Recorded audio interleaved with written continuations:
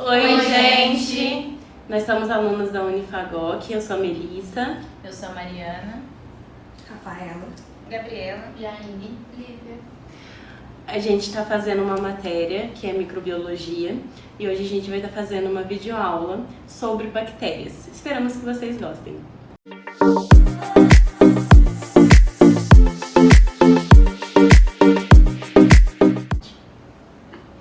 Então aqui a gente começa a nossa aula sobre bactérias e a gente vai começar fazendo uma introdução sobre o que elas são. Elas são organismos microscópicos e o que seria isso, né?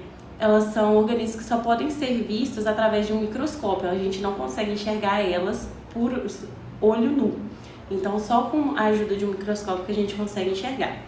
Elas podem causar doenças em outros seres vivos, mas elas são maléficas e benéficas. Ou seja, algumas bactérias que inclusive estão presentes no nosso corpo, elas são benéficas para a gente. Elas fazem parte do reino Monera e elas são unicelulares, ou seja, uma única célula. Elas não possuem núcleo definido, então o núcleo delas é solto. E elas não possuem organelas membranosas. No núcleo, como elas não possuem o núcleo, o material genético se encontra disperso, que nem eu falei, o material genético dela ele é disperso dentro da célula, ele não está envolto em nada. E essa região onde que ele está disperso é um nucleóide. Elas sobrevivem em vários habitats. Então, assim, as bactérias, elas sobrevivem... As bactérias estão presentes em todos os lugares. Não tem... Acho que atualmente não tem nenhum lugar assim que a gente saiba que não tenha bactérias presentes. Talvez, assim, só lugares muito frios, porque elas dependem da temperatura também. Então... Elas apresentam também grande diversidade e estão em basicamente todos os ecossistemas, como eu já tinha comentado. Elas podem se apresentar de diversas formas, como por exemplo, cocos, bacilos e de espiral. Mais pra frente vai ser explicado melhor como que são essas formas. Essas formas são de uma característica genética, geralmente as bactérias são monomórficas, ou seja, elas mantêm uma única forma. Então, se elas têm aquela forma, elas vão manter essa forma até o final. Elas se dividem em 3 domínios, cada uma de acordo com a sua linhagem. Então, tem o domínio archeia, o domínio bactéria e o domínio eucariota, que também mais pra frente vai ser melhor explicado. Não vai ser melhor explicado mais pra frente, né? Não, só nessa frente. Aí aqui, as bactérias elas se dividem em 3 domínios. A classificação mais atual proposta foi feita em 1977 e divide eles em domínio archeia, bactéria e eucariota. O domínio archeia é composto por procariontes primitivos, como archeia ou archaebactérias. O domínio bactéria é composto por indivíduos procariontes, como as bactérias e as cianobactérias, que são as algas azuis. E o domínio eucariota, que é composto por todos os indivíduos eucariontes, como animais, plantas, fungos e protozoários. As bactérias, elas são muito sensíveis a antibióticos. E estes, quando usados sob prescrição médica, constituem uma excelente arma contra a doença. Porém, lembram que eu tinha comentado que existem bactérias boas no nosso organismo? Quando a gente usa os antibióticos, a gente também está matando algumas bactérias benéficas para o nosso organismo. Mas, enfim, voltando às doenças. Essas doenças, elas podem ser transmitidas por gotículas de saliva, como, por exemplo, a tuberculose, a lepra, e também por contato com o alimento, com um objeto contaminado ou por contato sexual. Porque, como a gente falou, existem vários tipos de bactérias. Então, eu vou falar sobre as características das bactérias.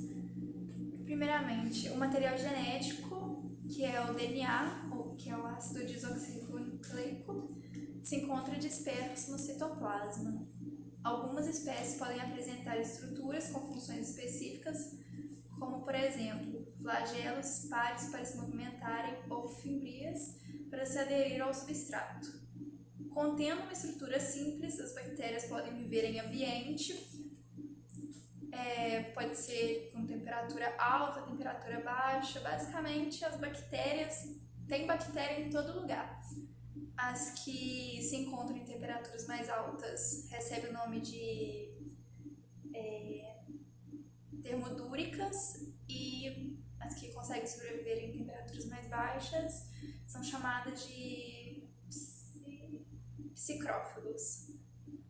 E as bactérias possuem um reino só delas, chamado reino Monera, e ela é unicelular, basicamente porque a bactéria já é uma célula.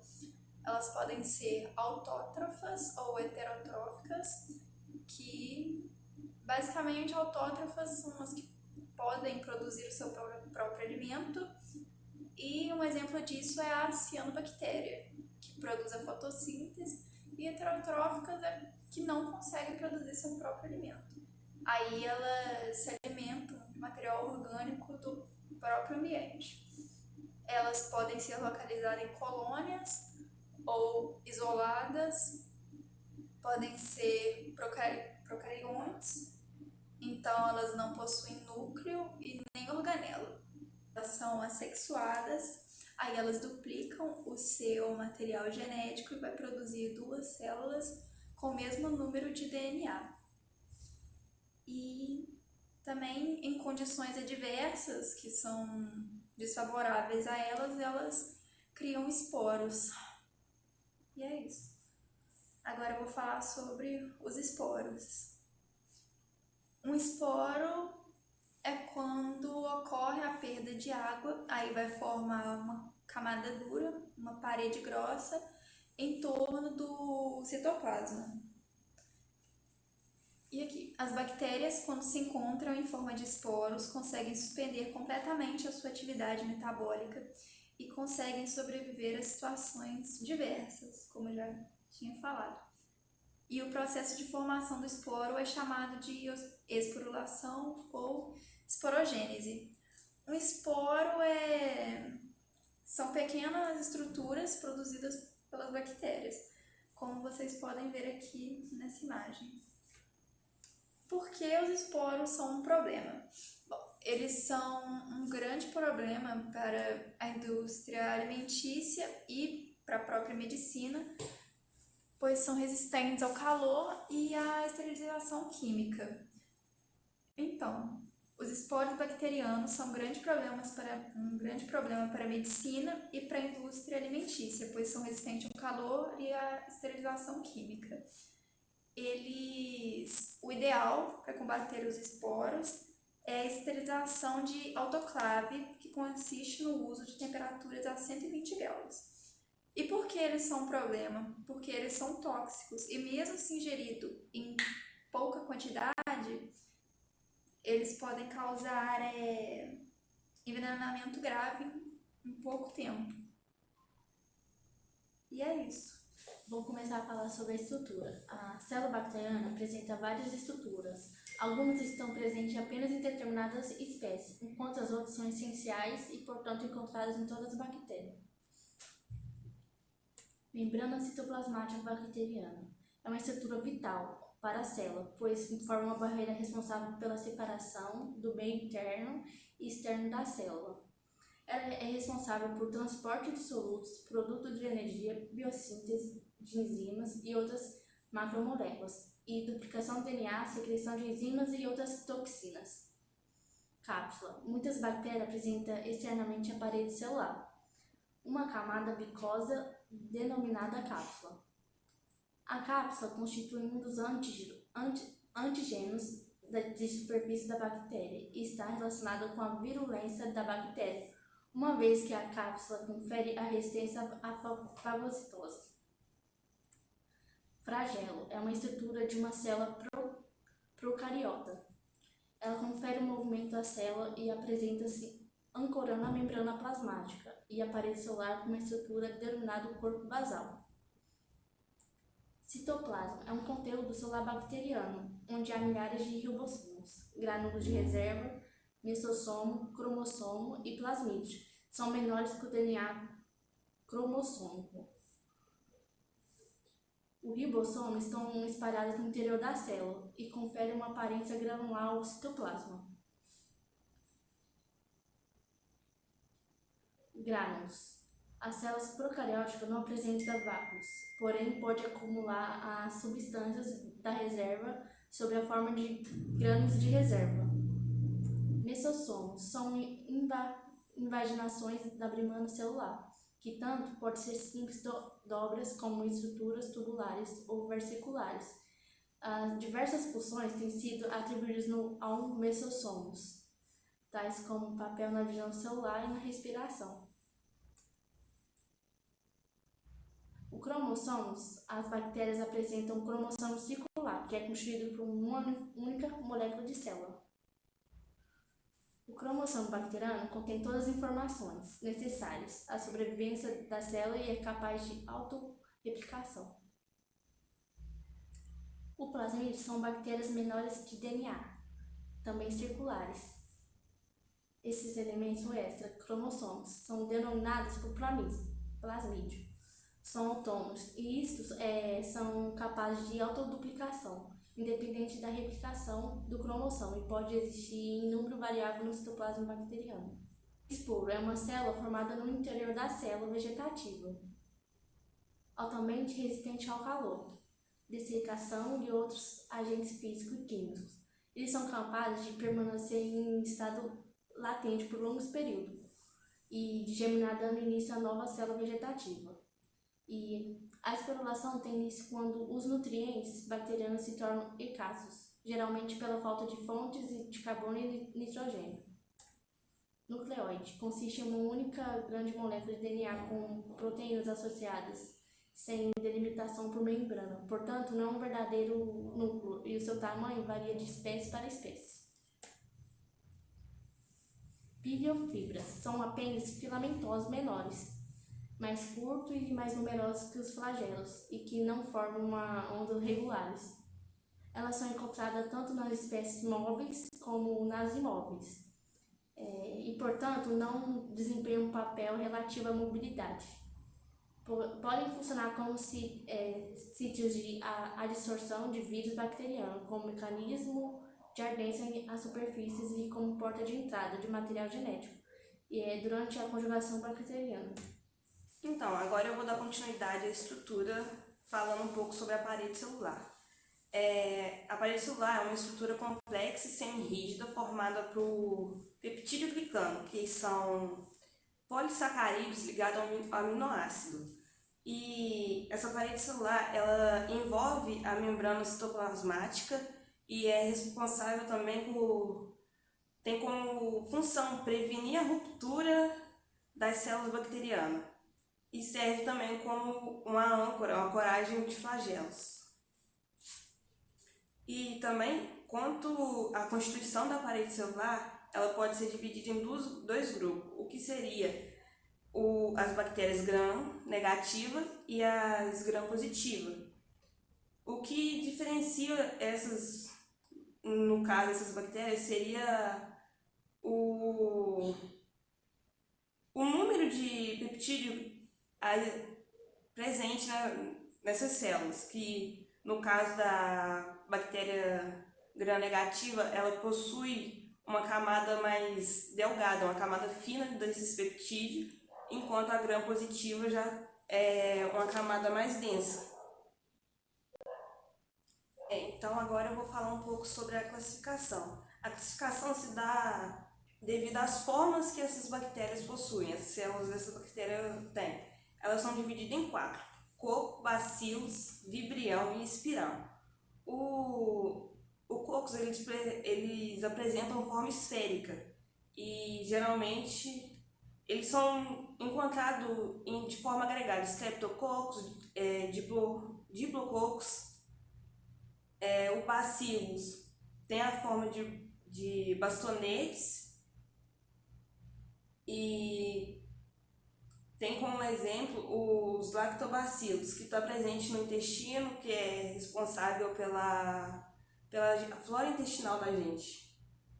Tem o vibrião, que tem a forma de uma vírgula, e o espiral, que lembra uma espiral. Quanto à agregação dessas bactérias, elas ocorre apenas com dois deles, né? Que seriam os bacilos e os cocos, que formam colônia. E podem ser classificadas como diplococos, que são pais de cocos agrupados, que tem como exemplo a bactéria que causa pneumonia. Tem também os streptococcus, que são cocos agrupados, formando algo semelhante a um colar, que está no segundo slide. Também tem o Staphylococcus e a sarcina, que é cocos agrupados em forma cúbica, podendo ser de 4 ou 8. E também temos os diplobacilos, que são agrupados em pares, e os streptobacilos, alinhados em cadeia e formando também algo semelhante a um colar. E é importante, voltando quanto à classificação inicial, os principais para gente são os coco, bacilo e o espiral. Então, gente, agora voltando no que eu falei anteriormente a respeito das bactérias gram-positiva e gram-negativa, isso também se enquadra numa forma de classificação para elas. E o que seria isso?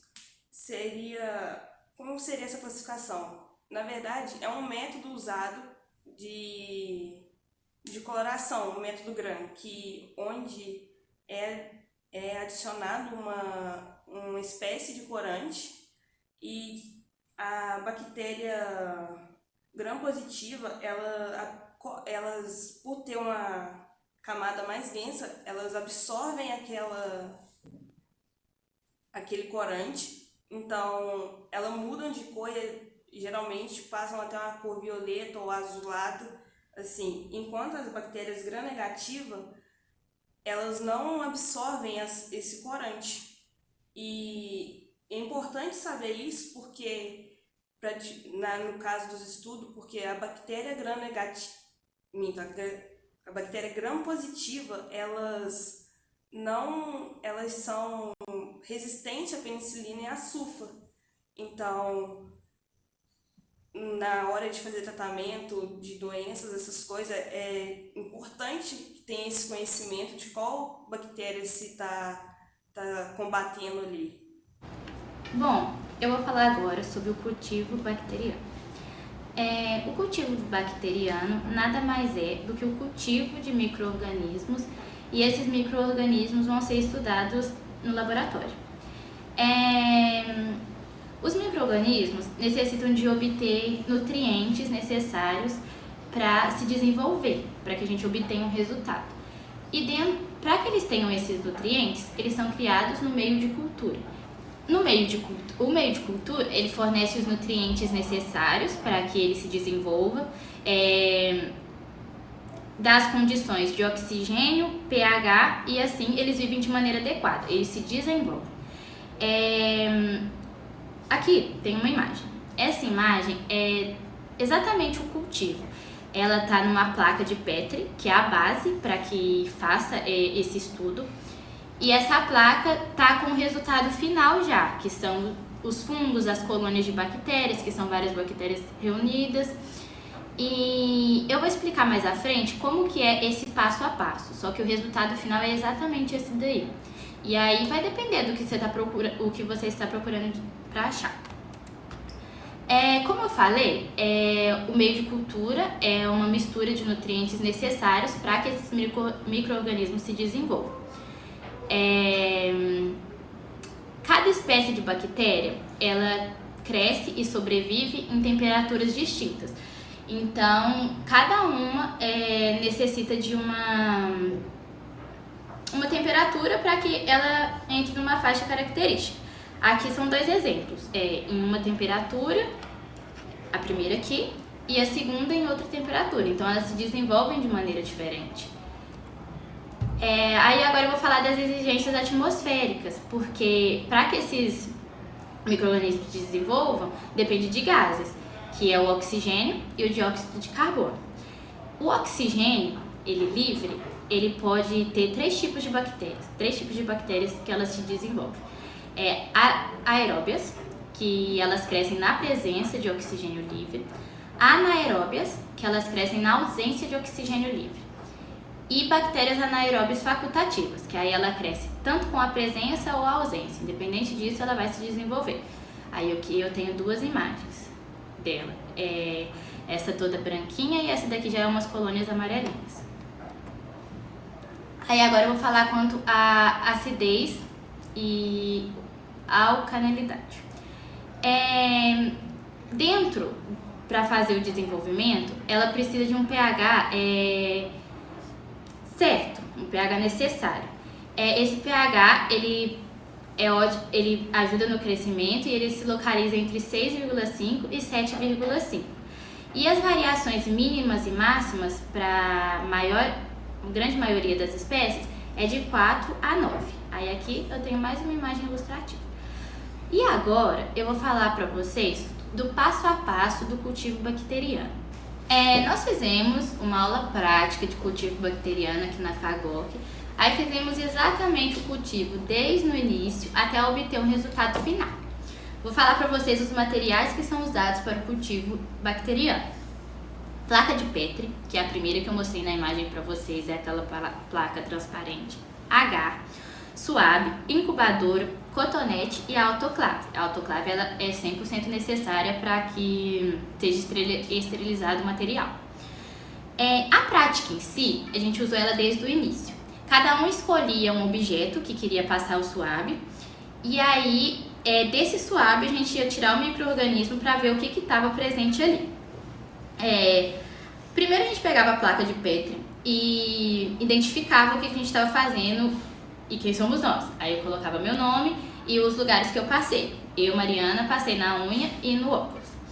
Aí molhava o suave e esse suave passa dentro da plaquinha de Petri já com o micro-organismo, né? Você já passou no local e aí você passa em zigue-zague para depois obter o resultado.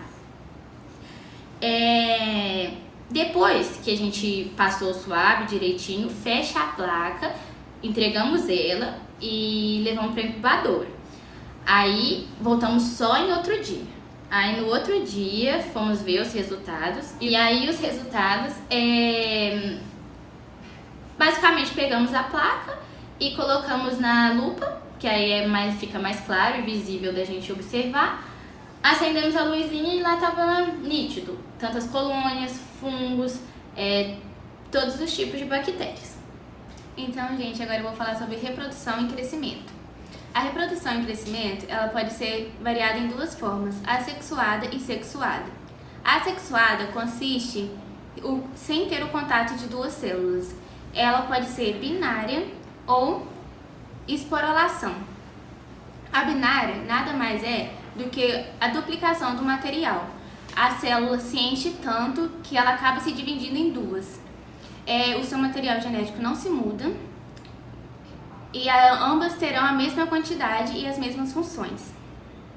Na esporulação, como já foi dito anteriormente, consiste na rigidez da célula quando ela se encontra em um habitat que não é o dela, no caso. As células elas se desfazem, se destroem e fica só o DNA, seu material genético ou RNA, ali rígido. Um exemplo disso é o tétano. O tétano ele é anaeróbico. Quando ele entra em contato com oxigênio, ele acaba se desfazendo e ficando rígido em um formato diferente. E se esconde na ferrugem.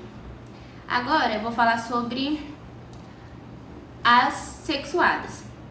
A sexuada não precisa, vou falar, de um contato, de um um funcionamento de si. As células apenas têm que se encostar uma na outra para que aconteça a transformação. E os materiais genéticos têm que se tocarem e assim vai dar outro tipo de célula, né? Então, temos a conjugação. A conjugação, no caso, são duas células bacterianas geneticamente diferentes. Elas trocam DNA entre si por meio de pele ou pelos sexuais, né? Nisso, os plasmídeos são trocados de uma célula positiva para uma célula negativa. A que está recebendo, no caso, é a negativa. Essa célula que está recebendo, ela pode ter características da que foram dadas pela positiva. Um exemplo seria, se a célula positiva, que é a que está doando, for resistente a tal antibiótico, a negativa acaba sendo também resistente a tal antibiótico por ter pego DNA, o material genético da outra célula. Também temos a transdução. Transdução é a modificação da célula através de vírus. O vírus entra numa célula e assim se mistura com o material genético daquela bactéria e assim essa bactéria pode ir se multiplicando e formando várias bactérias misturadas com vírus, no caso. O seu material genético é formado entre bactérias e vírus. E agora a gente vai falar sobre a transformação. A transformação é a absorção do DNA de outra bactéria sem o contato com ela. Isso pode ser bactérias capsuladas, encapsuladas, mortas ou vivas. A bactéria pega, né, obstruções, pedaços daquela outra célula e absorve para si, se transformando em uma nova célula com novas características. Aqui na imagem mostra direitinho a absorção desses fragmentos. Uma curiosidade é que as células, o tempo dela de se multiplicar dura mais ou menos entre 15 a 20 minutos, algumas podendo chegar até 30 minutos. No entanto, em um dia a célula ela pode se multiplicar 48 vezes. Em 3 dias as bactérias podem tomar todo mundo. Então, gente, foi isso. Espero que vocês tenham gostado. Qualquer dúvida é só deixar nos comentários. E se gostarem, deixa um like, curte e até a próxima.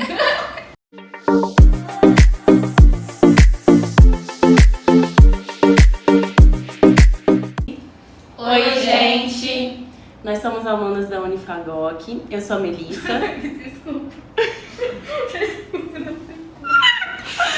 Apêndices filamentosos que é responsável pela dissorção e também pelo transporte de pequenos... pequenos. Aquele vídeo que você me mostrou mais cedo. Calma, respira, volta, vai. 1, 2, 3, tomada 2. Tá vendo, cara? É isso que eu tô falando. Não vai funcionar. Você não riu de ninguém. Você quer que eu saia?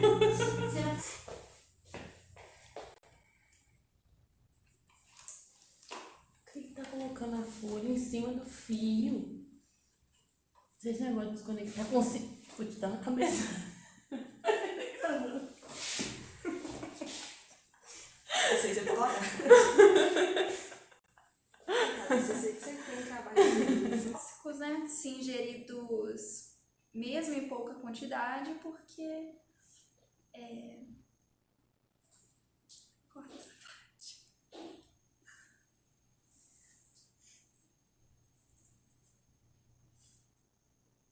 Eu vou falar de novo sobre os...